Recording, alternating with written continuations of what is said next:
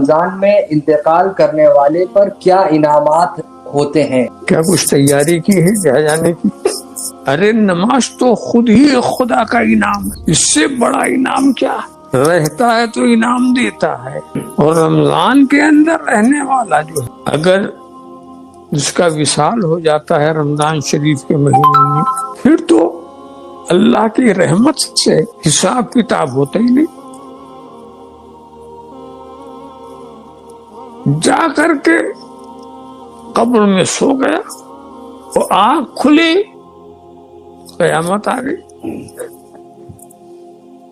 وہ انعام کا مہینہ ہے، انعام کی بارشیں ہوتی رہتی ہیں رات دن صبح شام، تو ان انعامات کو حاصل کرنے کا طریقہ ہونا چاہیے کہ اس کے انعامات زیادہ سے زیادہ ملے۔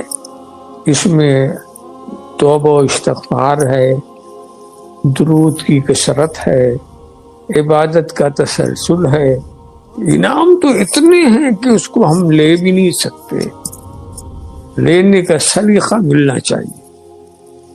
سبحان اللہ۔